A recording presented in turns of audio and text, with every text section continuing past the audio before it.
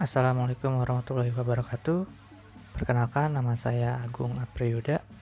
Video presentasi ini dibuat untuk memenuhi tugas ujian akhir semester mata kuliah Statistik 2 yang diampu oleh Bapak Iman Lubis.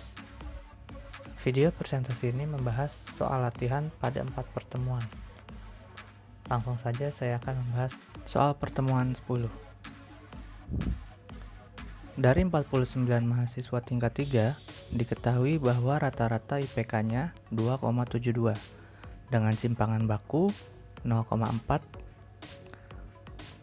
Buatlah selang kepercayaan 99% untuk rata-rata IPK seluruh mahasiswa. Lalu pertanyaan yang kedua, tentukan ukuran sampel agar selisih rata-rata sampel X bar dengan rata-rata populasi new pada selang kepercayaan 99% tidak lebih dari 8%. Diketahui N sama dengan 49, lalu simpangan bakunya 0,4 dan X barnya 2,72. Yang pertama yang ditanyakan selang kepercayaan 99% untuk rata-rata IPK seluruh mahasiswa. Alpha sama dengan 1%, maka alpha per 2 sama dengan 0,01 per 2 sama dengan 0,005. Sehingga Z 0,005 sama dengan 2,575. Nilai 2,75 didapat dari nilai tabel Z. Atau lebih mudahnya bisa dilihat dari nilai A dan selang kepercayaan distribusi Z yang lazim digunakan. Dengan selang kepercayaan 99%, maka nilai alpha dan selang kepercayaan distribusi Z itu 2,575. Yang dimana selang kepercayaan ini yang biasa dipakai adalah selang kepercayaan 90%, selang kepercayaan 95%, dan selang kepercayaan 99%. Nah, dari selang kepercayaan yang ini alangkah baiknya kita harus hafalkan karena selang kepercayaan ini sering sekali dipakai dalam latihan-latihan soal. Dilanjutkan untuk menjawab pertanyaannya. Yang telah kita dapat nilai Z 0,005 sama dengan 2,575. Maka X bar min Z alpha per 2 dikali simpangan baku per akar dari N kurang dari new kurang dari X bar plus Z alpha per 2 dikali simpangan baku per akar dari N.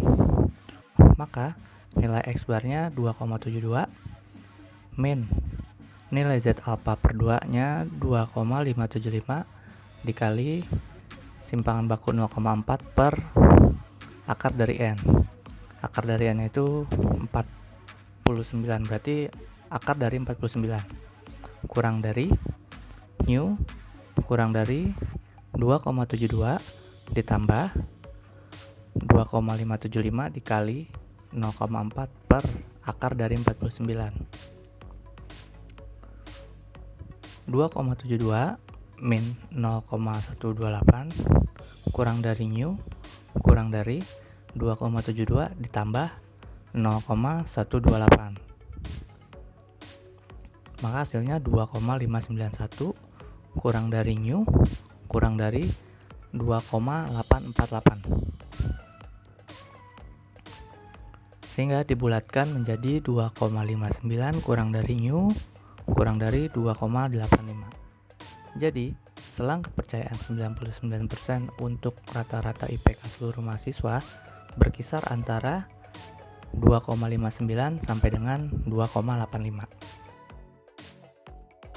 Lalu pertanyaan yang B, ukuran sampel pada selang kepercayaan 99% dan error tidak lebih dari 8%. Maka alpha sama dengan 1%, alpha per 2 sama dengan 0,01 per 2 sama dengan 0,005, sehingga Z 0,005 sama dengan 2,575. Lalu error tidak lebih dari 8%, maka 0,08, dan simpangan bakunya 0,4.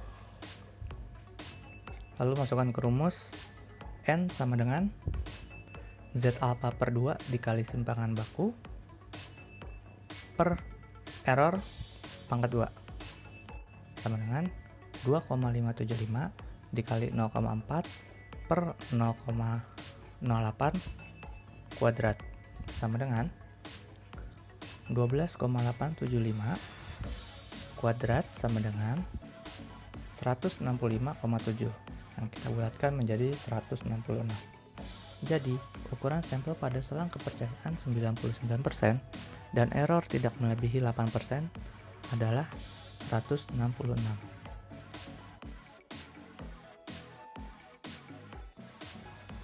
Soal pertemuan 11. Dari suatu contoh acak 500 orang, diketahui bahwa 160 orang menyukai makan seafood. Pertanyaan yang A adalah, tentukan selang kepercayaan 99% bagi proporsi populasi yang menyukai makan seafood. Lalu pertanyaan yang B, berapa ukuran sampel agar kita dapat percaya 90% bahwa beda proporsi contoh dengan proporsi populasi tidak lebih dari 0,05%. Diketahui N sama dengan 500, X sama dengan 160, sehingga selang kepercayaan 99% bagi proporsi populasi yang menyukai makan seafood yaitu alpha 1%, maka alpha per 2 sama dengan 0,01 per 2 sama dengan 0,005, sehingga Z 0,005 sama dengan 2,575. Seperti yang sudah saya beritahukan bahwa nilai Z pada selang kepercayaan 90%, selang kepercayaan 95%, dan selang kepercayaan 99% itu harus dihafal karena sering keluar dalam soal-soal. Untuk Z 0,005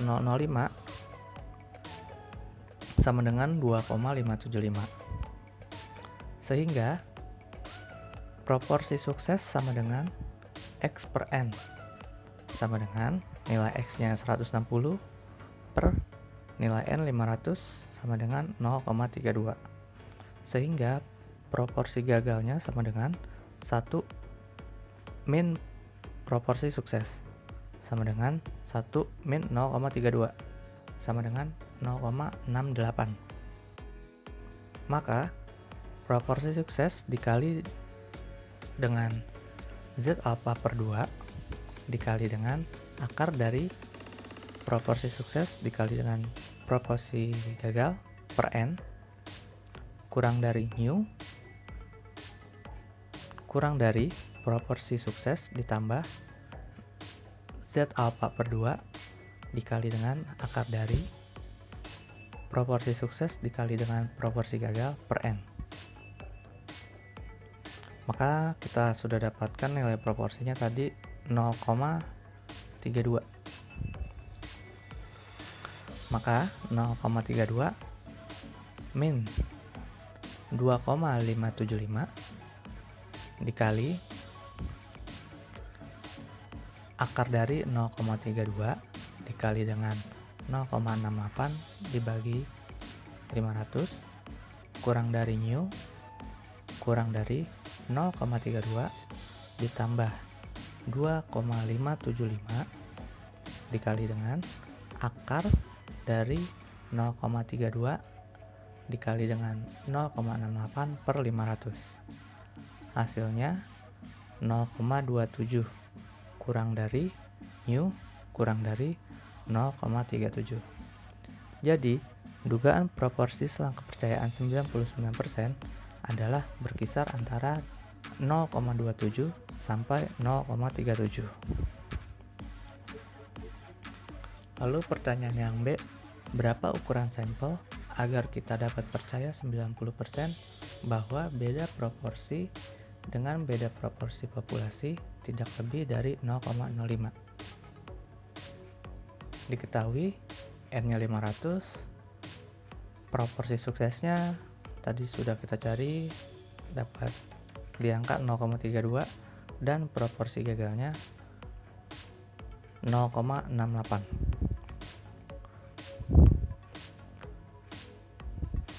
Alfanya 10%, maka alfa per 2 sama dengan 0,1 per 2 sama dengan 0,05, sehingga Z 0,05 sama dengan 1,645.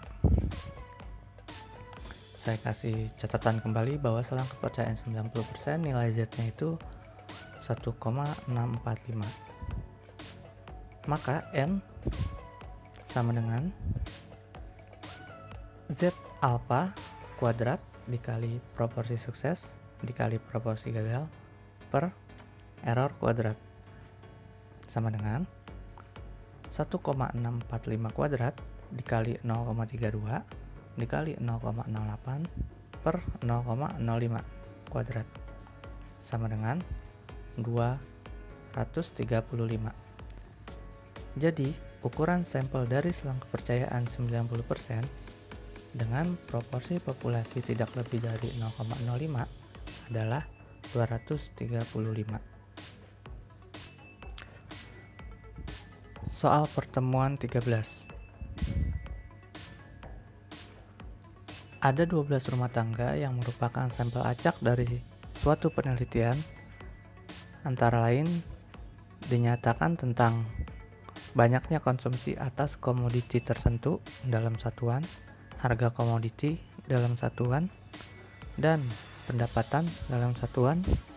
Kita ketahui bahwa permintaan terhadap komoditi tersebut untuk keperluan konsumsi Y akan dipengaruhi oleh harga X1 dan pendapatan X2. Hasil penelitiannya sebagai berikut. X1 nya 2, 5, 3, 3, 5, 4, 6, 3, 3, 4, 5, dan 6. Lalu X2 nya 3, 7, 5, 4, 7, 6, 8, 6, 4, 5, 6, dan 4. Lalu Y nya 5, 9, 6, 8, 8, 10, 9, 12, 7, 11, 7, dan 13. Pertanyaannya adalah yang A, hitunglah B0, B1, dan B2 dan buat persamaan regresi linear berganda Y sama dengan B0 plus B1X1 ditambah B2X2. Lalu pertanyaan yang B, hitunglah SB0, SB1, dan SB2 sebagai kesalahan baku B0, B1, dan B2. Pertama kita mencari nilai-nilai seperti berikut, seperti yang sudah saya isi dalam tabel. Kita mencari nilai X1 kuadrat, X2 kuadrat, Y kuadrat, X1 dikali X2, X1 dikali Y, dan X2 dikali Y. Lalu kita mencari jumlahnya, tinggal totalkan jumlahnya dengan sigma. Lalu mencari X bar, lalu mencari X1 bar, X2 bar, dan Y bar. Pertanyaannya adalah hitunglah B0, B1, dan B2 dan buat persamaan regresi linear berganda Y sama dengan B0 ditambah B1X1 ditambah B2X2. Maka X transpose XB sama dengan X transpose Y, maka B sama dengan X transpose X pangkat min 1 X transpose Y. sehingga kita dapat diperoleh matriks sebagai berikut: N sigma x1 sigma x2 sigma x1 sigma x1 kuadrat sigma x1 dikali x2 sigma x2 sigma x1 dikali x2 dan sigma x2 kuadrat. Karena kita sudah hitung dalam tabel mencari nilai-nilai tersebut, maka tinggal kita masukkan ke dalam metrik, sehingga nilai N 12, nilai sigma x1 49, sigma x2 65, sigma x1 49, sigma x1 kuadrat 219, sigma x1 dikali x2 279, sigma x2 65, lalu sigma x1 dikali x2 279, dan sigma x2 kuadrat 377. B0, B1, B2 sama dengan sigma y 105, lalu sigma x1 dikali y 445, lalu sigma x2 dikali y 577. Maka AB sama dengan H. Lalu B sama dengan A inverse H. Setelah mendapat nilai matriksnya, lalu kita transpose matriks kofaktor K.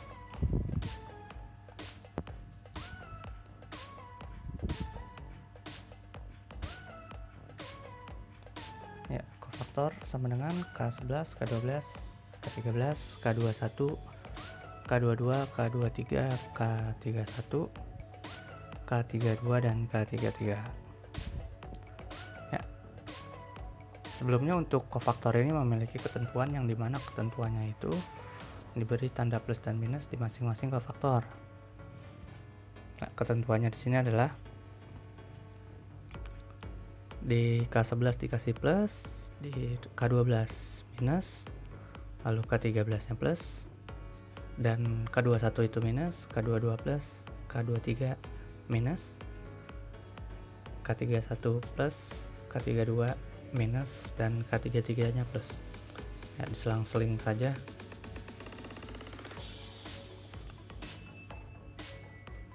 Lalu kita cari nilai K11. K11 ini berarti kolom 1 dan baris 1 kita coret sehingga mendapat nilai 219 dikali 377 dikurang 279 dikali 279 sama dengan 82.563 dikurang 77.841, sehingga mendapat nilai 4.722. Lalu K12 berarti kita coret kolom 1 baris kedua, sehingga mendapat nilai min 49, minnya dari ketentuan yang tadi ya, min 49 dikali 377 dikurang 279 dikali 65, sehingga mendapat nilai min 18473 ditambah 18135 sama dengan min 338. Lalu K13 kita coret kolom 1 baris ketiga sehingga mendapat nilai 49 dikali 279 min dikurang 219 dikurang 219 dikali 65 sama dengan 13671 dikurang 14325, hasilnya minus 564. Lalu K21 berarti kolom kedua baris ke 1 kita coret sehingga min 49 dikali 377 dikurang 279 dikali 65 sama dengan min 18473 ditambah 18135 sama dengan min 338. K22 sama dengan kolom 2 baris keduanya kita coret, berarti 12 dikali 377 dikurang 65 dikali 65 sama dengan 4524 dikurang 4225 sama dengan 299. Lalu K23 sama dengan baris kedua kolom keduanya, kolom kedua dan kolom ketiga kita coret, kolom 2 baris 3 kita coret, sehingga min 12 dikali 2749 dikurang 49 dikali 65 sama dengan minus 3348 ditambah 3185 sama dengan minus 163. Lalu K31, maka yang kita coret kolom ketiga baris pertama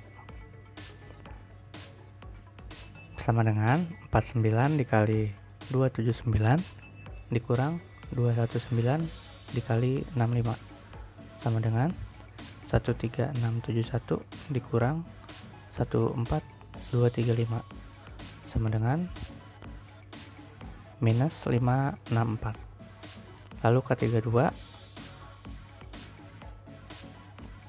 kolom ketiga baris keduanya kita coret, maka nilainya 12 dikali 279 dikurang 49 dikali 65 sama dengan minus 3348 ditambah 3185 sama dengan minus 163. Lalu K33 nya sama dengan 12 dikali kolom ketiga baris ketiganya kita coret, 12 dikali 219 dikurang 49 dikali 49 sama dengan 2628 dikurang 2401 sama dengan 227.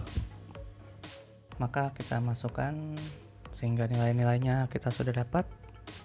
Nilai-nilai tersebut kita masukkan ke dalam matriks yang ini sehingga diperoleh nilai determinan A sama dengan A11 dikali K11 ditambah A12 dikali K12 ditambah A13 dikali K13. Determinan A sama dengan 12 dikali 4722 ditambah 49 dikali minus 338 ditambah 65 dikali minus 564. Maka nilai determinan A sama dengan 56664 dikurang 16562 dikurang 36660 sama dengan 3442. B0, B1 dan B2 sama dengan 1 per determinan A, di mana determinannya 3442 sama dengan nilai K-faktor yang tadi kita cari 012 4965. Maka B0 sama dengan 1 per 3442 dikali dengan 4722 dikali 12 ditambah minus 338 dikali 49 ditambah minus 564 dikali 65. Nah, hasilnya B0 sama dengan 1,1743. Lalu B1 sama dengan 1 per 3442 dikali 3 minus 338 dikali 12 ditambah 299 dikali 49 ditambah 16 minus 163 dikali 65 sama dengan 0. Lalu B2 sama dengan 1 per 3442 dikali minus 564 dikali 12 ditambah minus 163 dikali 49 ditambah 277 dikali 65 sama dengan 0,9442. Jadi persamaan regresi linear berganda Y sama dengan B0 ditambah B1X1 ditambah B2X2 sama dengan 1,1743 ditambah 0 kali X1 ditambah 0,9442 dikali X2. Pertanyaan yang B, hitunglah SB0, SB1, dan SB2 sebagai kesalahan baku B0, B1, dan B2. Maka rumusnya E transpose E sama dengan Y transpose Y min B transpose X transpose Y,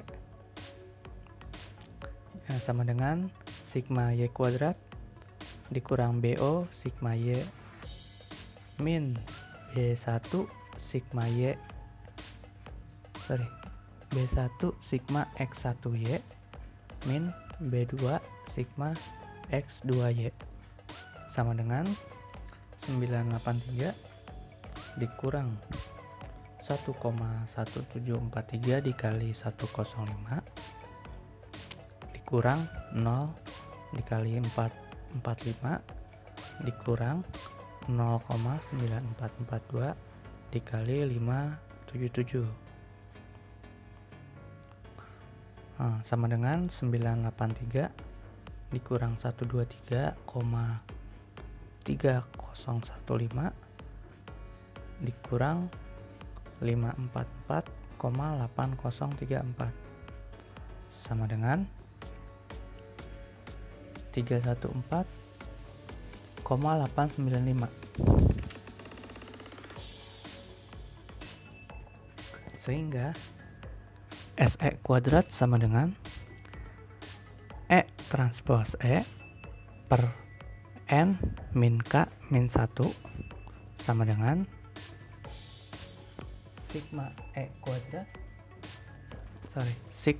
kuadrat per 12 dikurang 2 dikurang 1 sama dengan 314,8951 per 9 sama dengan 34,9883. Maka determinan sama dengan X transpose X pangkat min 1 sama dengan A inverse sama dengan 1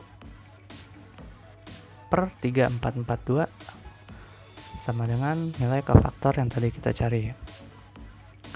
Maka SB0 kuadrat sama dengan SE kuadrat D11 sama dengan 349883 per 3442 dikali 4722 sama dengan 47996.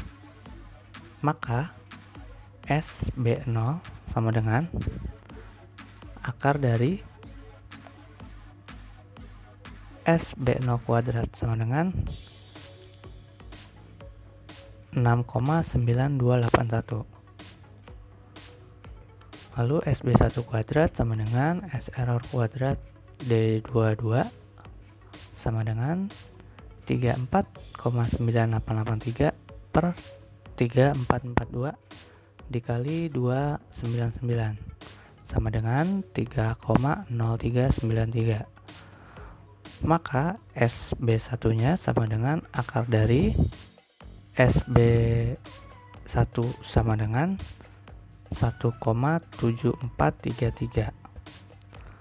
Lalu SB2 kuadrat sama dengan S error D33 sama dengan 34,9883 per 3442 dikali 227 sama dengan 2,3074. Maka SB2 nya sama dengan akar dari SB2 kuadrat sama dengan 1,190. Soal pertemuan 14. Soal nomor 4. Perhatikan tabel berikut, di mana terdapat nilai X dan Y. Nilai X yaitu 3, 7, 5, 7, 7, 8. Lalu nilai Y-nya 13, 8, 20, 22, 13, 15, dan 12. Pertanyaannya adalah, ujilah heterokedastisitas dari data di atas dengan alfa 5%. Ya, untuk uji heterokedastisitas ini saya akan menggunakan software SPSS. Sebelumnya, untuk uji heterokedastisitas ini bertujuan untuk menguji apakah dalam model regresi terjadi ketidaksamaan varians dari residual satu pengamatan ke pengamatan yang lain. Lalu, yang menjadi dasar keputusan uji heterokedastisitas yaitu jika nilai signifikansi lebih besar dari 0,05, maka tidak terjadi heterokedastisitas. Dan jika nilai signifikansi kurang dari 0,5, maka terjadi gejala heterokedastisitas. Untuk menguji heterokedastisitas dengan uji Glaser, pada soal di pertemuan 14 nomor 4, saya akan mengujinya dengan software SPSS.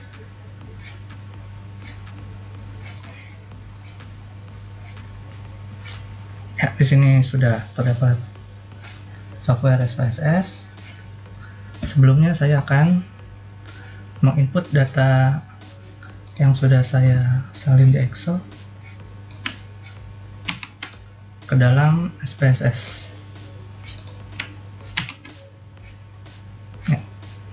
Sini kita klik variabel view, variabelnya kita ganti X, lalu variabel yang ini kita ganti Y. Oke.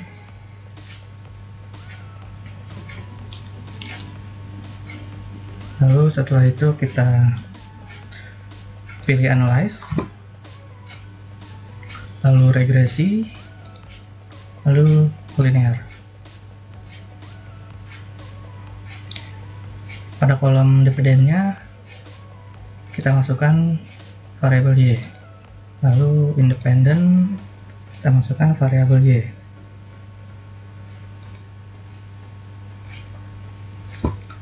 Lalu klik save. Nah, di sini di kolom residualnya kita centang yang unstandarized. Lalu klik continue. Lalu oke. Nah, ini belum diapa-apakan ya outputnya. Kita minimize saja dulu. Nah, di sini terdapat nilai residual satunya.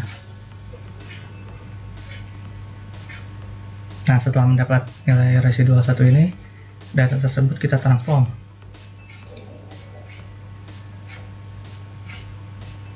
Pilih commute variable, lalu di target variabelnya kita ketik abs underscore s. Lalu di sini klik al absolute, lalu pilih unstandarized, lalu klik OK.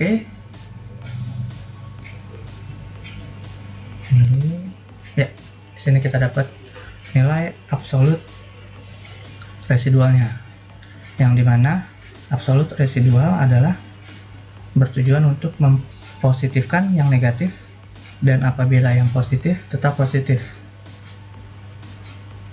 Nah, di sini sudah berubah semua ya menjadi nilai positif. Lalu selanjutnya kita klik menu analyze lagi,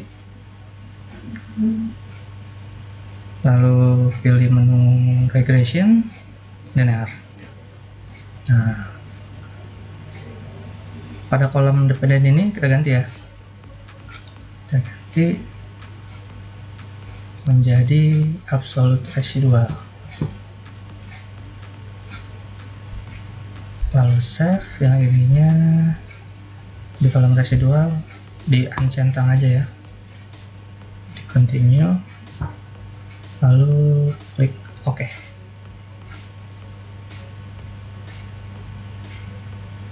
Nah, hasilnya kita perhatikan pada kolom koefisien. Pada kolom koefisien ini nilai signifikansinya 0,416 dan 0,950 nilai X-nya ya. Sehingga yang menjadi dasar keputusan uji heterokedastisitas yaitu jika nilai signifikansi lebih dari 0,05 maka